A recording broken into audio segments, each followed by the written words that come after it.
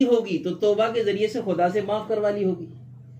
ان کی عاقبت محمود ہو چکی ہوگی، جب ان کی موت آئی ہوگی تو لا سیئۃ لہم، ان کے لیے کوئی گناہ نہیں ہوگا،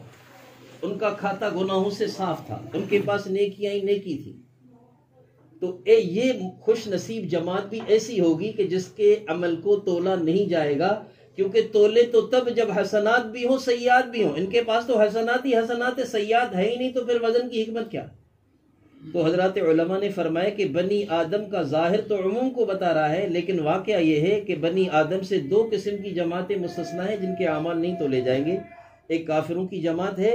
اور ایک ان مومنین کی جماعت ہے جن کی نیکیاں ہی نیکیاں ہوں گی، کوئی برائی نہیں ہوگی۔ جیسے اس پر حضرت محشی نے ایک نظیر بھی پیش کی ہے، جیسے حدیث 70 ہے۔ حدیث 70 وہ حدیث کہلاتی ہے جس میں آقا کریم علیہ السلام کا یہ فرمان ہے کہ میری امت کے 70,000 لوگ ایسے ہوں گے جس میں مرد و خواتین ہوں گے، ایسے لوگ ہوں گے وہ خوش نصیب جن کے نہ کھاتے کھولے جائیں گے، نہ میزان نصب ہوگی، بغیر حساب کتاب کے خدا ان کو جنت میں داخل کر دے گا۔ اللہ تعالی ہمیں ان خوش نصیبوں میں سے بنائے۔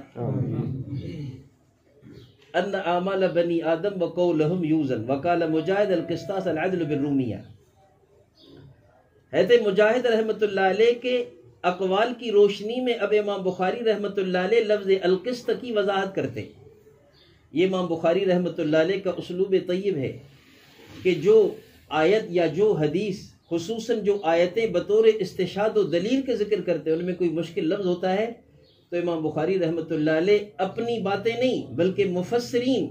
اور صحابہ و تابعین کے اقوال کی روشنی میں اس کی وضاحت کرتے ہیں۔ اس میں کئی پیغامات ہیں، معارف کے حوالے سے بھی کئی پیغامات ہیں ہمارے لیے۔ آج ہم اپنے بڑوں کو چھوڑ دیتے ہیں۔ امام بخاری رحمہ اللہ دیکھو یہاں بڑوں کے ساتھ کیسے نتھی ہو رہے ہیں، حالانکہ امام بخاری رحمہ اللہ اتنے بھی تو گئے گزرے نہیں ہوں گے نا کہ اتنی بڑی بخاری کی کتاب لکھی اور القسط کی وضاحت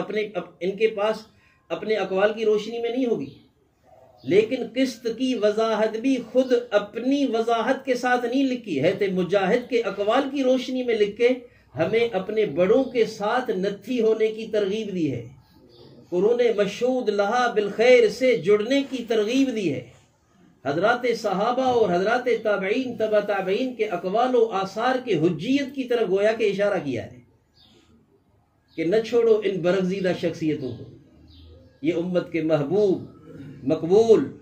اور خدا کی طرف سے راضی شدہ طبقے ہیں، یہ مشہود لہا بالخیر ہے رسول پاک علیہ السلام کے زبانی، خیر القرون کرنی ثم الذین یلونہم ثم الذین یلونہم کے ذریعے سے، لہٰذا ان کو نہ چھوڑو، ان کی پیروی میں لگے رہو۔ امام بخاری نے یہ پیغام بھی دیا ہے قال مجاہد سے ہمیں۔ القسطاس العدل بالرومیہ، حضرت مجاہد رحمۃ اللہ علیہ کے قول کی روشنی میں قسط کی وضاحت کی۔ قسط وہ لفظ ہے جو ان کے دعویٰ کی دلیل میں ذکر تھا، نزع الموازین القسط لیوم القیامہ، یہ ان کے دعویٰ کی دلیل تھی۔ اس دعویٰ کی دلیل میں ایک مشکل لفظ آ گیا، اس مشکل لفظ کی وضاحت مجاہد رحمہ اللہ جو ابن عباس رضی اللہ عنہما کے مایانہ شاگرد ہیں ان کے قول کی روشنی میں کیا۔ کہتے مجاہد فرماتے قسطاس رومی زبان میں عدل کو کہتے، قسطاس رومی زبان میں عدل کو کہتے ہیں۔ اب یہاں پر ایک طالب علمانہ اشکال بھی ہو سکتا ہے جو حضرت محشی رحمۃ اللہ علیہ نے بین السطور لکھا ہے کہ کسی طالبہ کے ذہن میں یہ آ سکتا ہے کہ استاد جی یہ تو قرآن کریم کی آیت سے یہ بات معارض ہو گئی۔ قرآن کریم میں اللہ تعالیٰ فرماتے ہیں انا انزلناہ قرآنا عربیہ، آپ دیکھیں بین السطور یہ اشکال اور یہ دخل لکھا ہوا ہے کہ انا انزلناہ قرآنا عربیہ، اللہ فرماتے ہم نے تو قرآن کو عربی میں نازل کیا، اور حضرت مجاہد کے قول کی روشنی میں یہ بات معلوم ہوتی ہے کہ قرآن عربی میں نہیں، قرآن میں تو غیر عربی لفظ بھی ہیں، حالانکہ قرآن کہتا ہے کہ قرآن عربی، اور اس قول کو یہ بات سمجھ میں آتی ہے کہ نہیں قرآن میں غیر عربی الفاظ بھی ہیں، کیونکہ قسطاس رومی زبان میں عدل کو کہتے ہیں۔ تو بین السطور حضرت محشی رحمہ اللہ نے اس کا عجیب جواب دیا ہے، یہ ہے فرمایا کہ یہ بات توافق وضعین کے قبیل سے ہے، یہ بات توافق وضعین کے قبیل سے ہے، یعنی ایسے توافقات، ایسے اتفاقات ہر لغت و زبان میں ہوتے ہیں، ایسے اتفاقات اور ایسے توافقات ہر وضع و لغت میں ہوتے ہی ہیں۔ کیا مطلب؟ یعنی دو الگ الگ زبانوں میں ایک لفظ، دو الگ الگ زبانوں میں ایک لفظ ایک ہی معنی رکھتا ہو، یہ کئی زبانوں میں ہوتا ہے۔ جیسے ہم دیکھیں سندھی میں پہاڑ کو کہتے ہیں جبل،